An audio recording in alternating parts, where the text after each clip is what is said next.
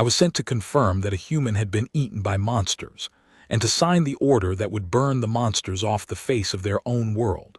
Instead, I found the human alive and unbothered, sitting in the middle of the monsters like she belonged there. And when I told her the council had issued an apex predator warning for this world, she smiled at me, a strange, tired, knowing smile, and said, "Oh, I know. I've already eaten 6. And I believed her, in that first moment, the way you'd believe a thing that confirms your worst fear. It took me a long time to understand what she actually meant, and understanding it unmade everything I thought I knew about monsters and about people, and about which of those two things I had actually been sent to defend. Let me tell you who I am, because I came to that world certain of things, and the certainty is the part that matters. I am a xenobiologist. I serve the Galactic Council's Survey and Assessment Directorate, the branch that catalogs worlds, classifies the life on them, and renders the judgments that decide what happens to that life. It is, I'd believed my whole career, a noble calling. We were the ones who understood the galaxy's living things, who spoke for the species that couldn't speak for themselves, who brought scientific rigor to the question of what was safe and what was dangerous and what should be done about it. And the most serious judgment my directorate could render was the apex predator warning. The classification applied to a world whose dominant life form was deemed too dangerous, too aggressive, too lethal to coexist with civilized travel and settlement. An apex predator warning was, in practice, a death sentence for a world's top species, because a warning was the first step, and the second step, when the warning proved insufficient, was sterilization, the clean removal of the threat, so that the world could be made safe. I want to explain how we actually made these judgments, because the method was the whole problem, and I couldn't see it until Mara showed me, and now I can't unsee it. We judged a species by its behavior toward us. That was the core of the method, the thing nobody questioned. A creature's classification depended on how it responded to council survey craft, survey drones, survey teams. A creature that fled was timid. A creature that ignored us was docile. A creature that attacked us was dangerous. And a creature that attacked us effectively in coordinated numbers with lethal results was an apex predator, the highest threat class, the one that triggered the warning and then the burning. Do you see the flaw already? I didn't, for my entire career. We classified a species' whole nature by the single narrow slice of its behavior that we ever observed, which was its behavior toward armed strangers who dropped out of the sky into its territory without invitation or explanation. We met every species at its most defensive. At the moment, a heavily equipped alien craft appeared in its world uninvited, and we recorded whatever it did in that moment and called it the creature's nature. A species that drove off the strange metal intruders, that protected its territory and its young from the unannounced things that came from the sky, that fought back hard and well against an incursion it could not possibly understand. That species we labeled an apex predator and marked for death, on the basis of an interaction in which I would eventually understand. The predator dropping uninvited out of the sky had been us. We had no method, none, for distinguishing a mindless killing machine from an intelligent people defending their home. Both did the same thing when our survey teams arrived. They resisted, and our whole apparatus read resistance as savagery, because it had never once occurred to the directorate that a thing fighting our intrusion might be fighting because it was a people, not because it was a beast. The most defensible act in the galaxy, protecting your home from armed invaders, was, in our catalog, the very signature of the apex predator. We had built a machine for exterminating, with scientific confidence, precisely the species clever and social and brave enough to resist being surveyed. The world was called in our catalog only by a number because it had never been settled. It was a death world, a true one, the genuine article, not the exaggerated kind. Lush past belief, a dense hot jungle world wrapped pole to pole in green, drowning in life, every niche filled and overfilled, a biosphere so productive and so competitive that it had produced, at its apex, a predator our survey teams had classified as among the most dangerous large organisms in the known galaxy. The survey drones had brought back the images. Huge, fast, armored and clawed and built for killing on a scale that made our analysts go quiet. They hunted in coordinated groups. They had taken down survey drones, survey vehicles, and this was the thing that had triggered everything: a survey team. A full council survey team, 11 specialists, sent down to assess the world, had gone silent within days, and the last images they'd transmitted had shown the apex predators closing in, and then nothing. And the council had written off 11 of its own and classified the world for sterilization, because a world that ate a survey team was a world that could not be allowed to remain a threat. And then, 2 years later, a signal from the surface of the death world that had eaten 11 specialists. A human signal, weak, irregular, but unmistakably a person, alive, on a world classified for the extermination of its dominant life. One of the 11, it turned out. A human xenobiologist named Mara Sundqvist, the only survivor of the lost survey team, who had somehow lived 2 years alone on a world the council had given up for dead, and whose continued survival was, frankly, an embarrassment and a complication, because you cannot sterilize a world with a living council specialist on it, and so someone had to go down and retrieve her before the cleansing could proceed. That someone was me. I was the directorate's expert on the world's biosphere. I'd written half the assessment that condemned it. I was sent down to retrieve the survivor, confirm the apex predator classification with my own eyes, and clear the world for sterilization. I went down expecting one of two things: a broken, traumatized survivor desperate to be rescued, or, more likely, given the world, to find that the signal was automated and Sundqvist was long dead. One more body in a jungle that had eaten everyone we'd ever sent. I should tell you about the descent, because the world worked on me before I ever set foot on it, the way it must have worked on every survey team that ever came. From orbit it was beautiful, a green jewel, swirled with white cloud, the kind of world that in a council briefing gets described as biologically exceptional, which is the directorate's careful phrase for teaming, and therefore dangerous. And as the landing craft dropped through the cloud, the green resolved into detail, and the detail was overwhelming. Jungle past any scale I had words for, canopy on canopy, a riot of life so dense that the survey instruments struggled to make sense of it, everything growing on everything, the whole surface of the world a single vast green organism breathing under us. My crew were a hardened extraction team, armed and armored, and even they went quiet, because there is something about a true death world that reaches into an old part of the brain and whispers you do not belong here.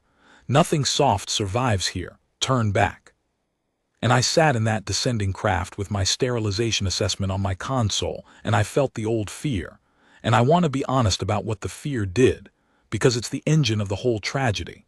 The fear made the classification feel right. Looking down at that overwhelming hostile green, every instinct agreed with the order in my hand. This is a death world. Its apex predator killed 11 of our people. Of course it must be warned and burned. Of course it cannot be allowed to remain. Fear is a wonderful confirmer of judgments that justify the fear. I had written that the world's apex predator was an unacceptable threat, and now, dropping into the green, afraid, I felt the rightness of having written it. And I never once considered that the fear I was feeling, the fear of the uninvited intruder dropping into a place that was not its own, might be the exact fear our survey teams had provoked, in reverse, in the people we'd labeled monsters. We came down hard and fast, the way you land on a hostile world, weapons live, in a small clearing where the humans' faint signal pulsed.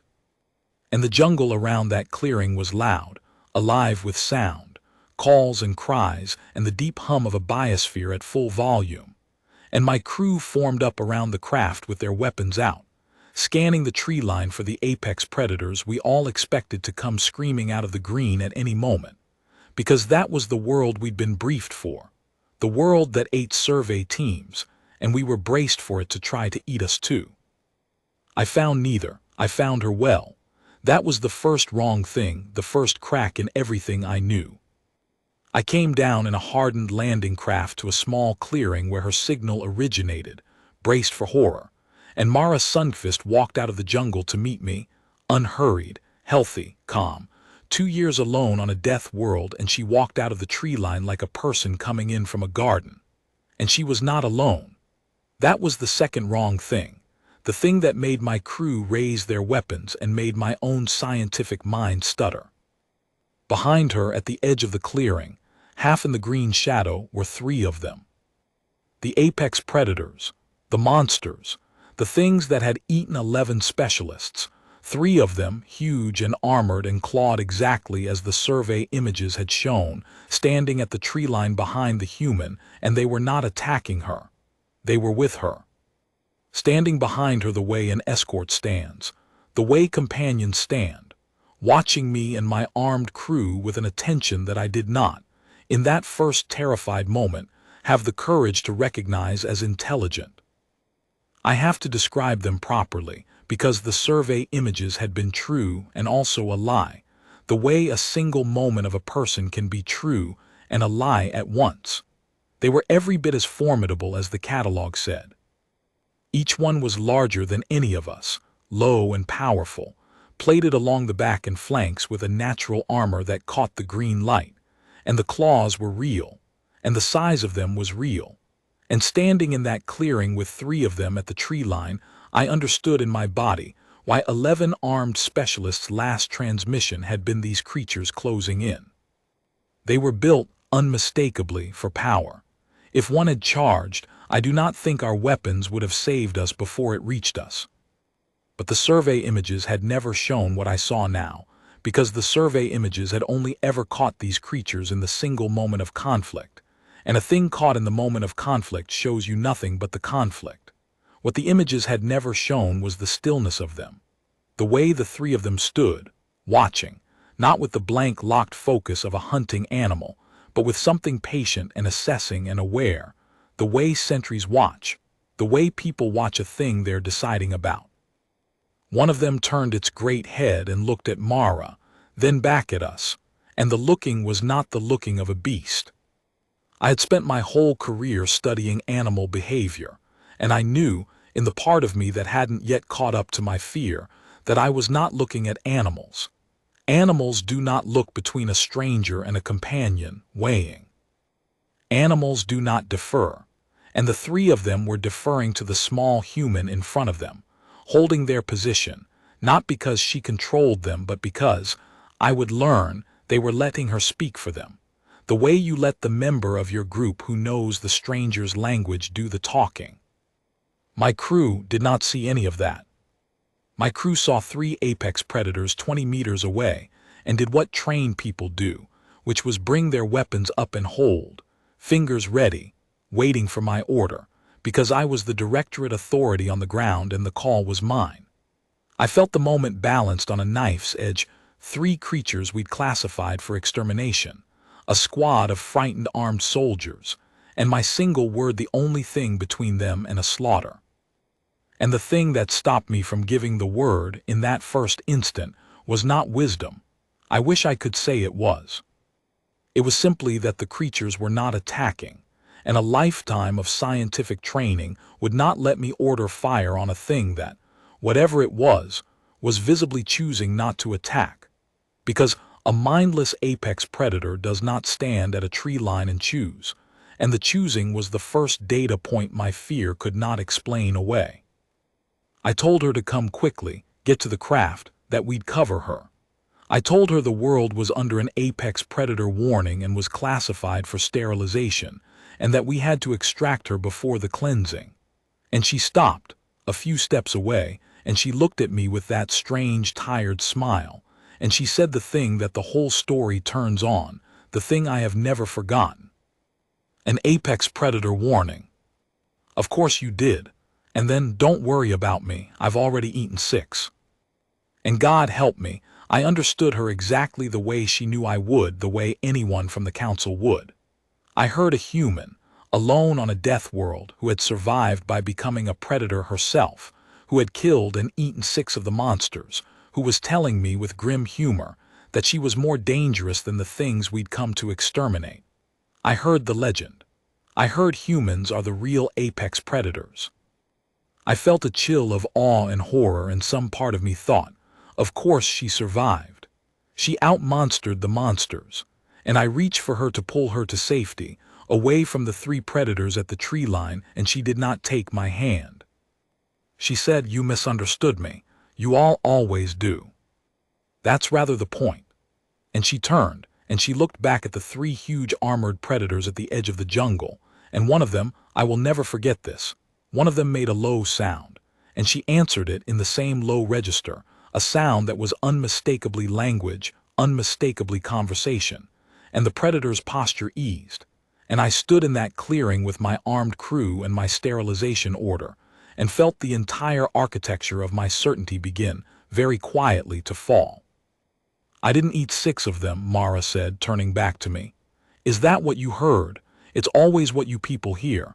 I said I've already eaten 6, I meant 6 with them. 6 of their gatherings. 6 of the great feasts, where the whole clan comes together and shares the kill and tells the stories of the ones who died. I've sat at 6 of those in 2 years as a guest, and then as kin." She looked at the 3 predators, and the look on her face was something I had no category for, applied to a monster. "They're not apex predators. They're people. You've issued a warning to exterminate a people, and you sent me down here to sign it, and I'm not going to. And before you burn this world, you're going to sit down and let me show you exactly what it is you've classified for sterilization." That's where I have to stop this first time. Because what Mara Sundqvist showed me over the days that followed, what the monsters actually were, and how a lone human had come to sit at their feasts and be called their kin, and what it meant that the Galactic Council had built an entire apparatus for cataloging life that could look at a people and see only a predator to be burned. That's the whole of the story, and I need you standing exactly here first. In a clearing on a death world, with a sterilization order in my hand, and 3 of the galaxy's most feared predators at the tree line, watching a human I'd come to rescue speak their language and call them kin, and beginning to understand that the warning had been real, and the predator had been real, and I had gotten completely, catastrophically, wrong which of us in that clearing was which. She made me put the order away before she'd tell me anything.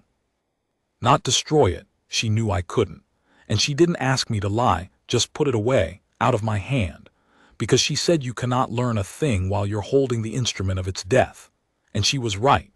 And the moment I slid the sterilization assessment back into my pack was the moment I stopped being the directorate authority on the ground and started being a student again, which is the only thing I'd ever really been good at before the council taught me to be a judge. And then Mara Sundqvist showed me the people I'd come to burn. She called them the Veil. That was their own name for themselves. She'd learned it in 2 years, the way you learn anything, slowly and badly, and then suddenly all at once. And the first thing she taught me was how to stop seeing a monster, which turned out to be the hardest unlearning of my life. We sat at the edge of the clearing, and the 3 Veil came closer, and Mara talked, low and easy in their language and mine both, narrating, introducing, and she made me look not at the claws and the armor which my fear kept dragging my eyes back to, but at the other things, the things the survey images had never thought to capture. The way they communicated constantly, a low rich stream of sound and posture and gesture, far too structured and too varied to be anything but language. The way the younger of the 3 deferred to the elder, and the elder included the younger, a whole etiquette playing out in front of me. The way they used their claws, those terrible claws, with delicacy, to manipulate, to gesture, to touch one another in what I slowly understood was affection. I had classified the claws as weapons. They were also hands. Everything I had read as the anatomy of a killer was also the anatomy of a craftsman, a parent, a person. I had only ever been shown the killing because killing was the only thing we'd ever provoked. They were sapient, Fully, unmistakably, once you let yourself see it, a people with language, with social structure, with culture, with grief and humor and names. They had a technology, though not the kind the Council recognized, because the Council recognized only its own kind. The Veil worked in living things, in the deep knowledge of their impossible biosphere, a botanical and ecological mastery so total that they moved through the most lethal jungle in the galaxy as though it were a garden. Because to them it was, they had shaped it, tended it, lived in partnership with it across a history longer than the Council had existed. We had looked at a people living in balance with a death world, and seen only the death world and the predator at the top of it. We had never once imagined that the predator at the top of it was the gardener. And then Mara told me what happened to the survey team, her team, the 11 of whom she was the one survivor. And it was not what the Council recorded, and it was the center of everything. "We came down the way you came down," she said. "Armed, armored, uninvited. 11 specialists dropping out of the sky into the middle of Veil territory, into the middle of a home, though we didn't know it was a home because we'd been briefed that this was an animal's hunting ground, not a people's land.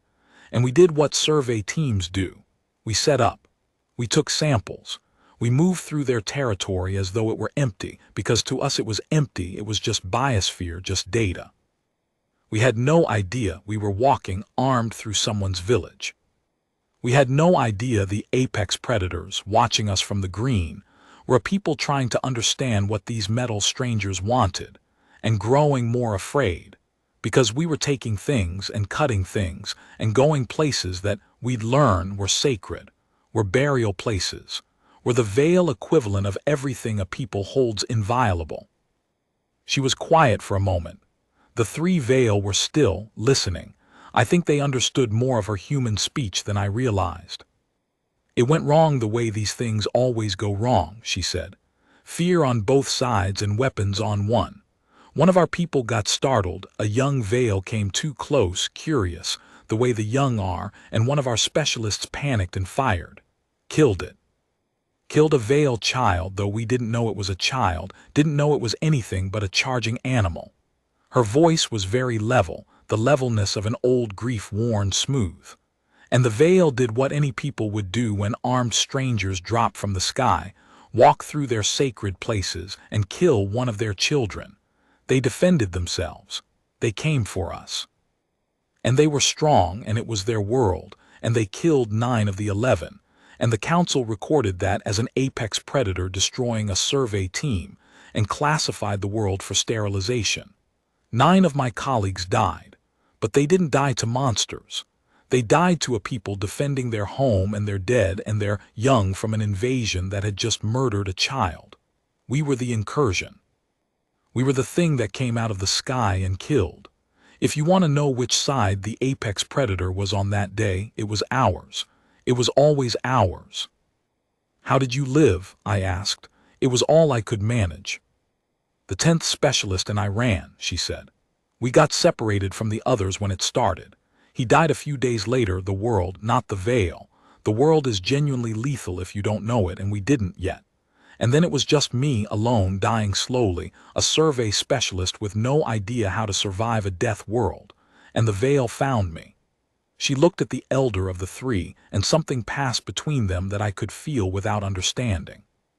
"They found me dying, the people whose child we'd killed, the people whose home we'd invaded, the people who had every reason in the universe to leave me to the jungle or finish me themselves.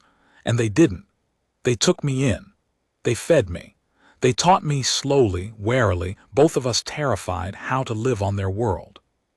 The people I'd been sent to help exterminate saved the life of one of the invaders who'd brought death to their door, because, and this is the thing, this is the whole thing, because they could tell I hadn't fired the shot, and they had decided as a people that the child's death would not be repaid on someone who hadn't earned it.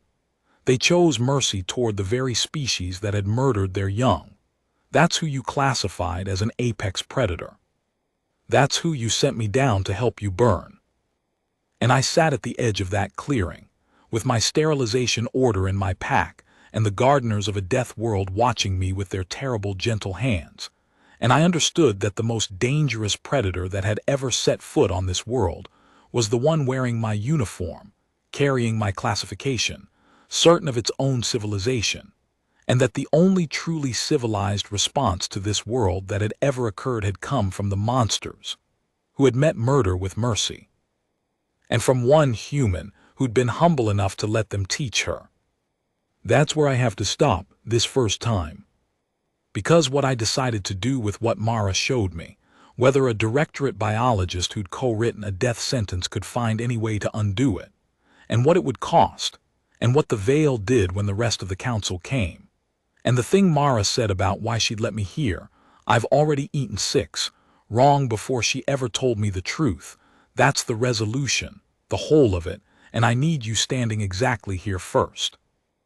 At the edge of a clearing on a world I'd condemned, having just learned that the apex predators were a people who answered the murder of their child with the rescue of one of the murderers, and that everything my noble directorate called science was a machine for mistaking the defenders of a home for the monsters in it.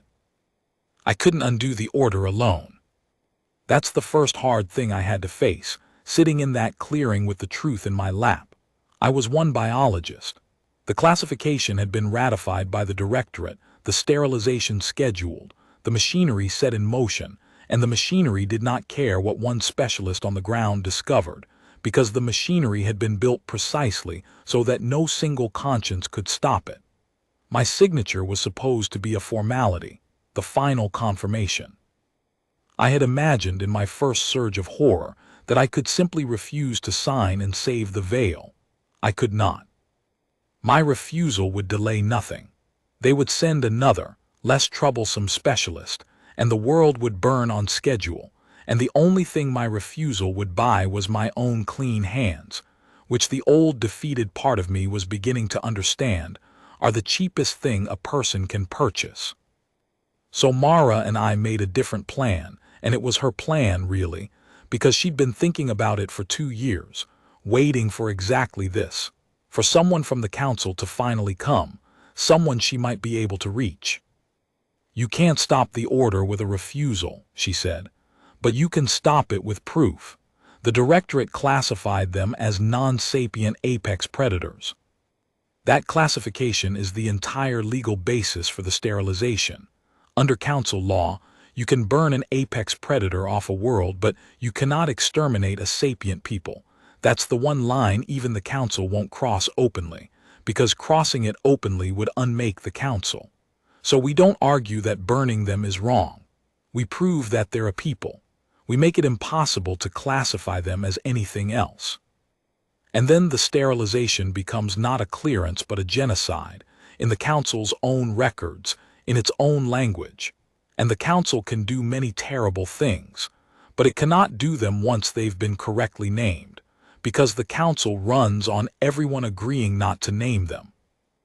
It was, I realized, the same insight humanity always seemed to arrive at, that the great machines of the galaxy run on the misnaming of things, and that the most powerful act available to a small person inside them is to name a thing correctly and make the name stick.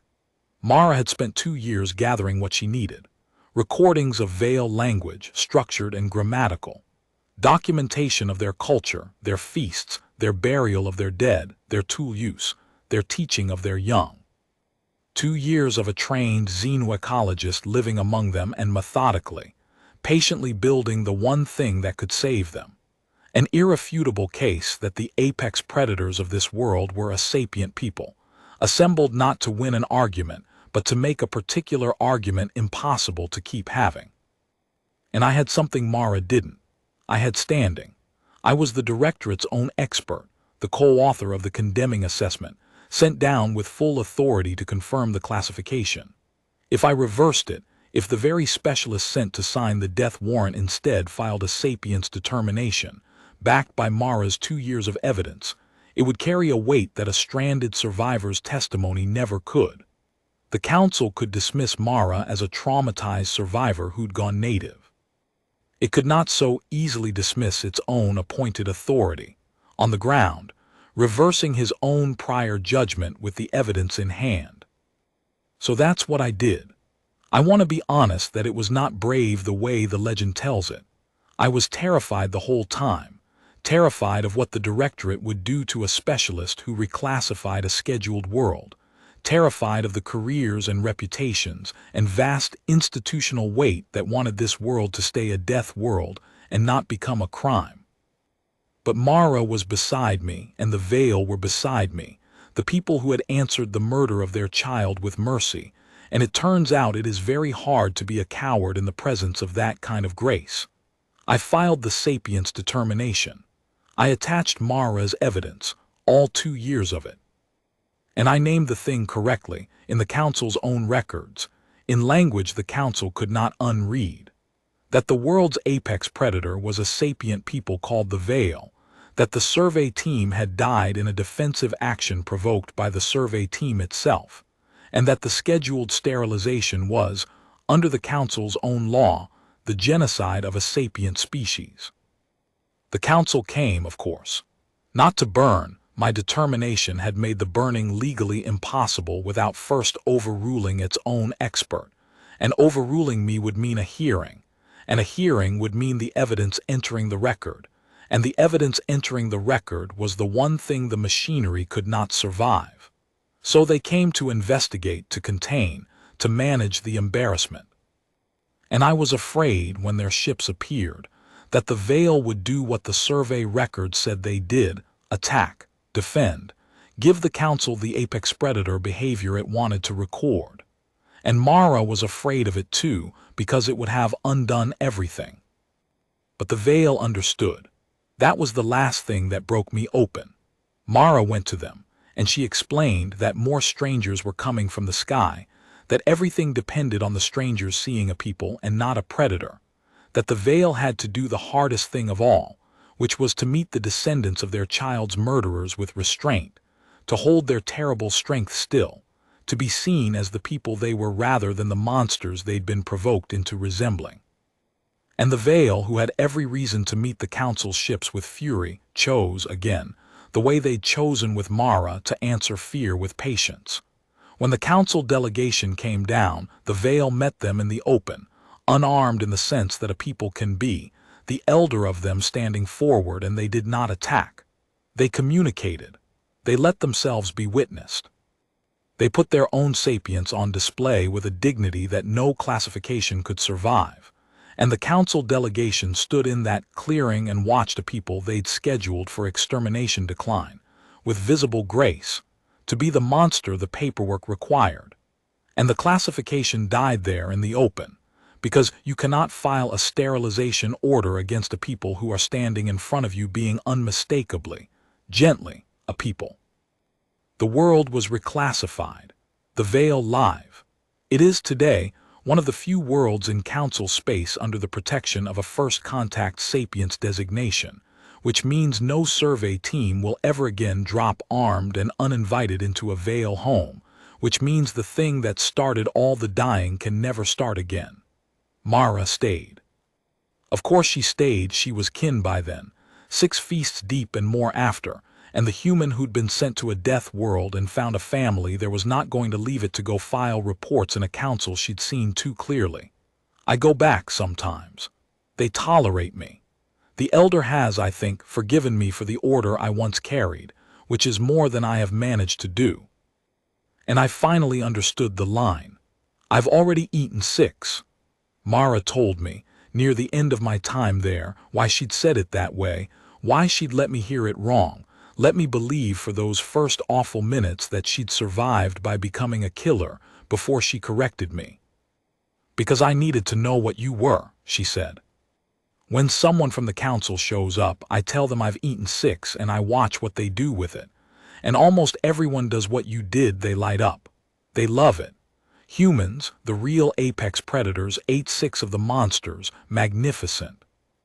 And the ones who love it, the ones who hear a human devouring monsters and feel that thrill, those are the ones who can't be reached because they've already decided the universe is monsters and predators and nothing else, and they're just glad to be the biggest predator in it. But you, she looked at me. You lit up and then something in you flinched. I saw it. You heard I ate 6 monsters and part of you was horrified even before you knew why. That flinch is the whole thing. That's the part of a person that can still be taught the difference between a predator and a people. I let you hear it wrong so I could find out if the flinch was in you. It was, so I told you the truth. People tell this story now as the one about the human who terrified the council.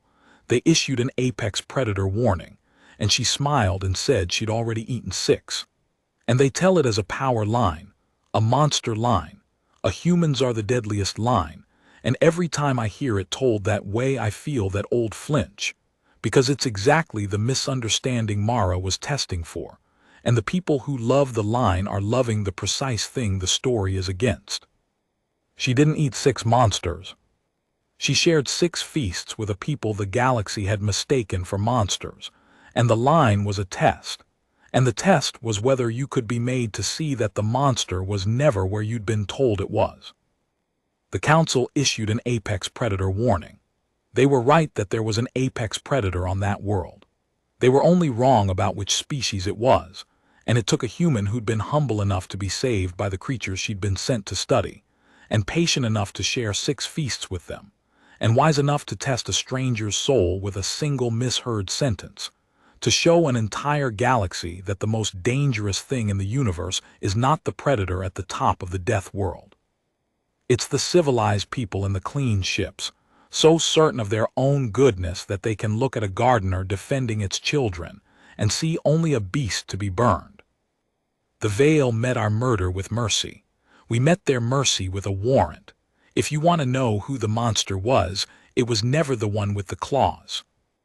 It was the one with the paperwork.